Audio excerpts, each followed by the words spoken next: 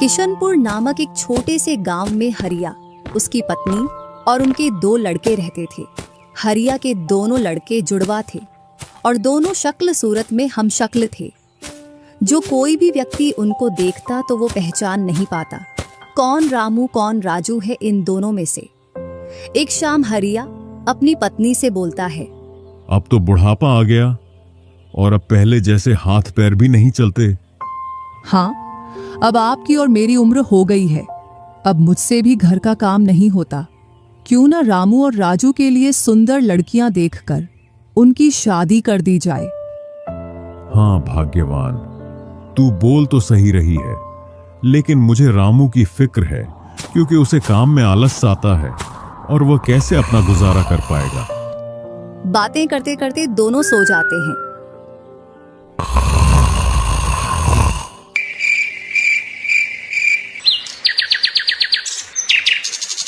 और सुबह उठकर हरिया रामू राजू से बोलता है, तुम दोनों खेतों पर चले जाना और एक खेत को खोद आना जिसमें मैं आकर बीज बो दूंगा। और आज मैं अपने दोस्त से मिलने के लिए पास ही के गांव में जा रहा हूं। 2 दिन में लौट कर आऊंगा। हरिया तैयार होकर दूसरे गांव की ओर निकल जाता है और रामू राजू भी खेतों की ओर चल देते हैं। दोनों खेतों में जाकर काम करने लग जाते हैं। रामू ठहरा कामचोर। वह थोड़ी देर काम करने के बाद एक पेड़ की छांव में जाकर लेट जाता है। इधर राजू को सुबह से शाम हो जाती है और वह आधा खेत खोद देता है।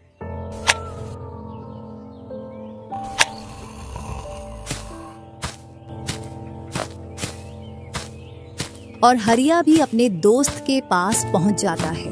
अरे भाई हरिया, कैसे आना हुआ? तुझसे मिलने की इच्छा हुई तो मिलने आ गया। चल अच्छा है, पहले भोजन करते हैं, इसके बाद गप्पे लड़ाएंगे। दोनों साथ में भोजन करते हैं। हाँ भाई हरिया, सुना सब कुशल मंगल? हाँ भाई, सब कुछ कुशल मंगल है। अब तो तेरे दोनों लड़के शादी के लायक हो गए होंगे। हाँ, दोनों शादी के लायक हो गए हैं और खासकर मैं तेरे पास इसीलिए आया हूं कि कहीं दोनों लड़कों के लिए लड़कियां देख आऊं। वैसे अपनी भी 2 बेटी हैं और दोनों खूब होशियार और चंचल है। अब दोनों की भी उम्र शादी के लायक हो गई है। अगर तुझे कोई एतराज ना हो तो क्यों ना इस दोस्ती को रिश्तेदारी में बदल दी जाए। इतना सुन हरिया बड़ा खुश होता है। जब वह दोनों लड़कियों को देखता है तो दोनों बहुत ही सुंदर थीं।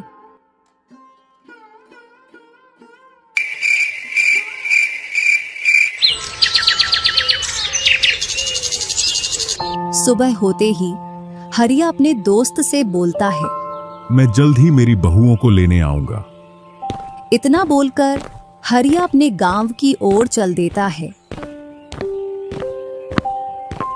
इधर रामू और राजू भी अपने खेतों पर काम करने के लिए आ जाते हैं और रामू पेड़ की छांव में जाकर सो जाता है। इधर राजू अपने काम में लगा रहता है। शाम होने को आ जाती है और हरिया भी अपने खेतों के पास आ जाता है। रामू की आंख खुलती है तो हरिया उसको आता हुआ दिखता है, तो वह खेत में जाकर काम करने लग जाता है। चलो घर, अब शाम हो गई और खेत भी पूरा खुद गया है।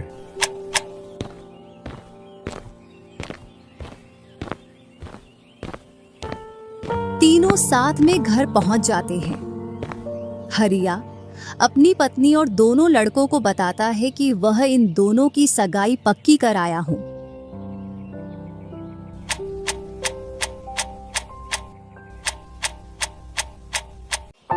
और वह कुछ दिन बाद दोनों का विवाह कर देता है। ऐसे ही कुछ वर्ष निकल जाते हैं।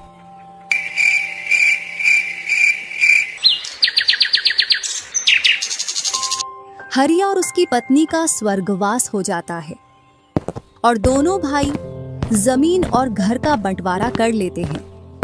रामू अपने आलसी पने की वजह से खेतों में काम करने नहीं जाता और दिन भर घर में ही पड़ा रहता। इधर राजू अपने खेतों में दिन रात मेहनत करता है, जिससे रामू और राजू की फसलों में अंतर स्पष्ट दिखाई देता है। एक दिन रामू राजू से बोलता है, तूने अच्छा खेत रख लिया और मुझे यह खराब खेत दे दिया, जिससे तेरी फसल अच्छी हो रही है और मेरी फसल कमजोर। कोई ना, अगली फसल पर खेत बदल लेंगे।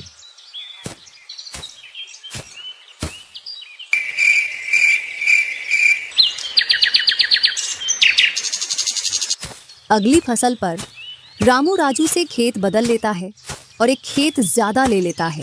फिर भी राजू खुशी खुशी उसे खेत दे देता है।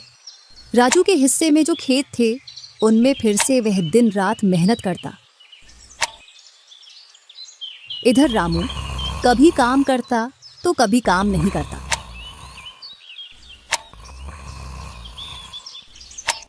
रामू के पास बीज खरीदने के भी पैसे नहीं थे, तो वह पैसे लेने के लिए जमींदार के यहाँ चला जाता। जमींदार जी, कुछ पैसे उधार चाहिए थे, जिससे मैं अपने खेतों के लिए बीज ले आता और फसल आने पर मैं आपको पैसे लौटा देता। क्यों नहीं भैया, लेकिन आपको 2% ब्याज देना पड़ेगा। जी जमींदार जी, मैं ब्याज दे दूंगा। जमींदार रामू को पैसे दे देता है और रामू उनसे कुछ बीज लाकर अपने खेतों में बो देता है। इधर राजू अपनी फसल की रोज देखभाल करता और रामू बोकर आया उसके बाद से अपनी फसलों को देखने के लिए भी नहीं गया। वहीं अपने घर में पड़ा रहता और दिन रात सोता रहता।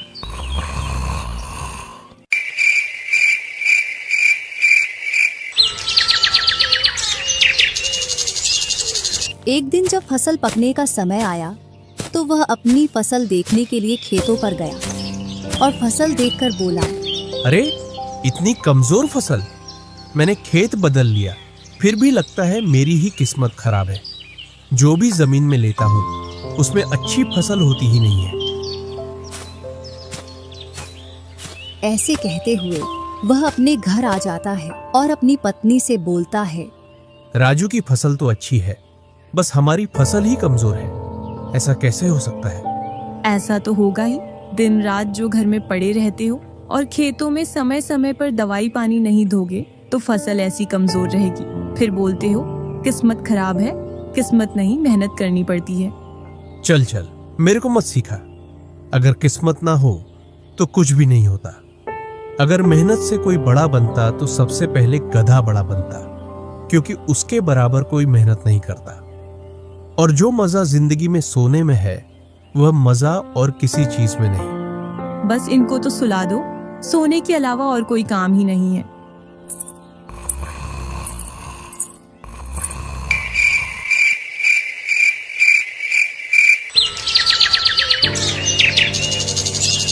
कुछ दिनों बाद जब फसल निकली तो राजू की फसल रामू से दोगुनी निकली, जबकि उसकी जमीन रामू से कम थी। रामू फसल को देखकर बोलता है, इस फसल को बेच कर आऊं या खाने के लिए रखूं? इधर जमींदार जी को भी पैसे देने हैं। अब इतनी सी फसल से कैसे काम चलेगा पता नहीं।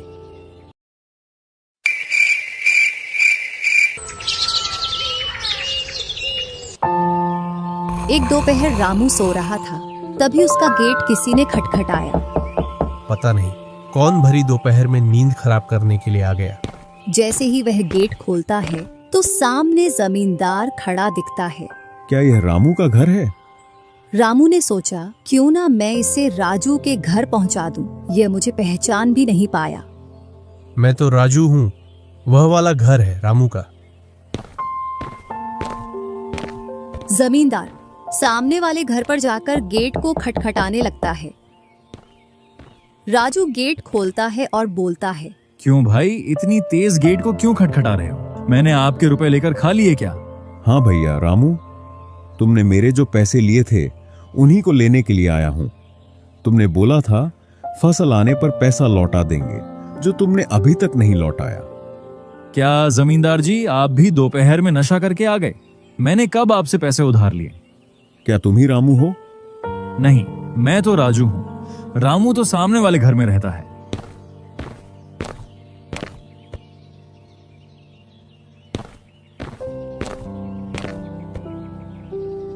भरी दोपहरी में जमींदार का सर चकरा जाता है और वह अपने घर चला आता है और घर पहुंचकर मुनीम से बोलता है, ऐसा लगता है मुझे कि जो पैसे रामू के दिए थे वह पैसे अब लौट कर नहीं आने वाले। क्यों, ऐसा क्या हुआ जो पैसे वापस नहीं आ रहे हैं? रामू और उसका भाई दोनों हमशक्ल हैं और दोनों बोल रहे हैं कि रामू वह है, रामू वह है।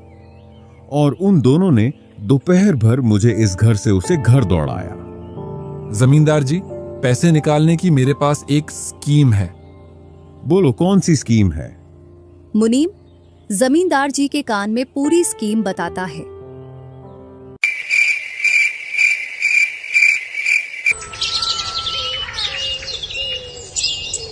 दूसरी सुबह जमींदार, मुनीम और दो आदमी जिनके हाथ में लाठी थी, चारों लोग रामू के घर की ओर चलते हैं।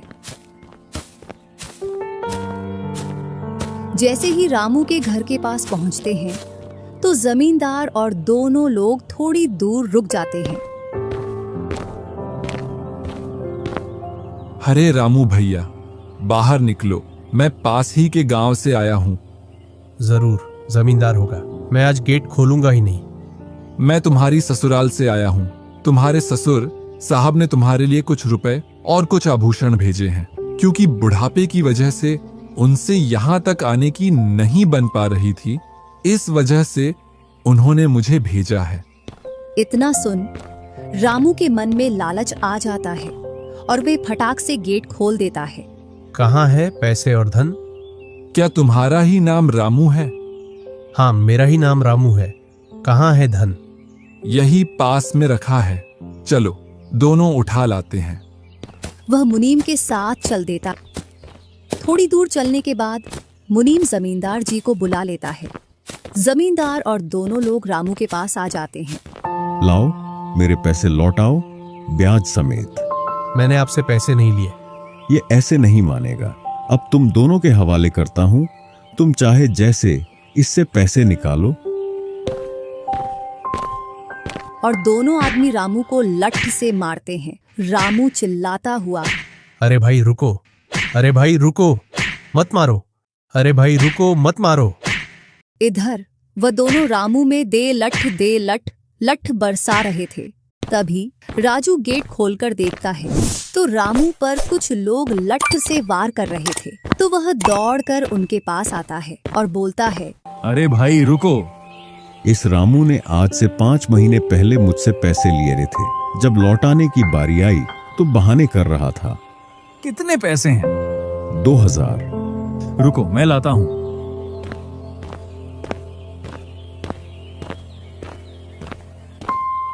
राजू रुपए लाकर जमींदार को देता है और जमींदार और उसके साथी वहां से चले जाते हैं। इधर रामू भी अपने घर में चला जाता है और राजू भी।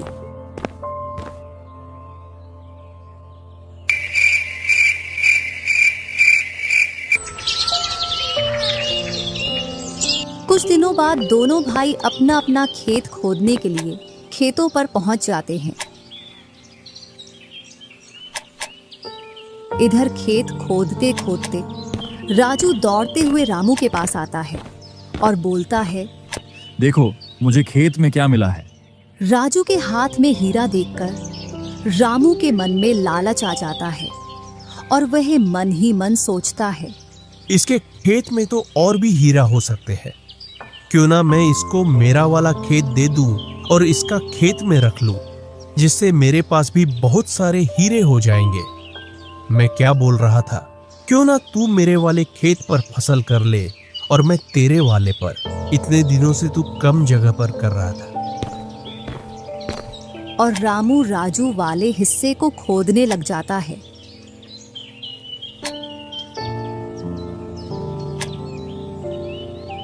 शाम तक पूरे खेत को खोद देता है, लेकिन उसे उसमें कुछ भी नहीं मिलता और थका हारा घर पहुंच जाता है। आज पूरा खेत खोद दिया, लेकिन फिर भी एक हीरा नहीं मिला, जबकि राजू ने खेत का एक कोना खोदा था, उसमें ही उसे एक हीरा मिल गया। अच्छा, आप अगर ऐसे ही मेहनत करते रहे तो एक दिन आपको भी बहुत सारे हीरे मिलेंगे।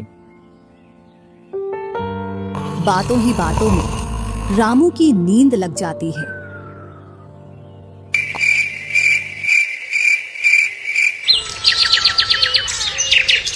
और जब सुबह होती है तब वह बोलता है, आज जैसी नींद मुझे कभी नहीं आई। हाँ, अगर तुम ऐसे ही मेहनत करते रहे तो आपको रोज ऐसी नींद आएगी। और रामू उसे वर्ष राजू की तरह अपने खेतों में मेहनत करता है और दोनों की फसलें बराबर निकलती हैं, जिससे रामू के चेहरे पर अलग ही चमक दिखती है। एक दिन चारों लोग साथ में बैठकर खाना खा रहे थे।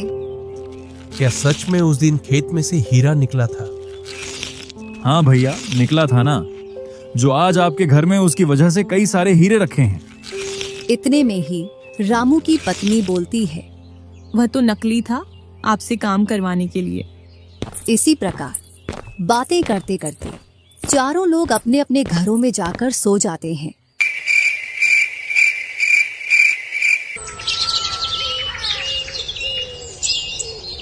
सुबह होते ही तुम दोनों को राजा साहब ने राजमहल बुलाया है। वह दोनों भाई सेनापति के साथ चल देते हैं। अब पता नहीं कौन सी आपदा आ गई। कुछ नहीं, कुछ अच्छा काम होगा, तभी तो हमें बुलाया है। दोनों राजा के पास पहुंच जाते हैं। हमने सुना है इस वर्ष तुम्हारी फसल सबसे अच्छी निकली है और आपने इस बार सबसे ज्यादा राजकोष में कर दिया है। इसी का आप दोनों को इनाम दिया जाता है। दोनों भाइयों को आपके गांव में इनाम के रूप में दुगनी जमीन दी जाती है।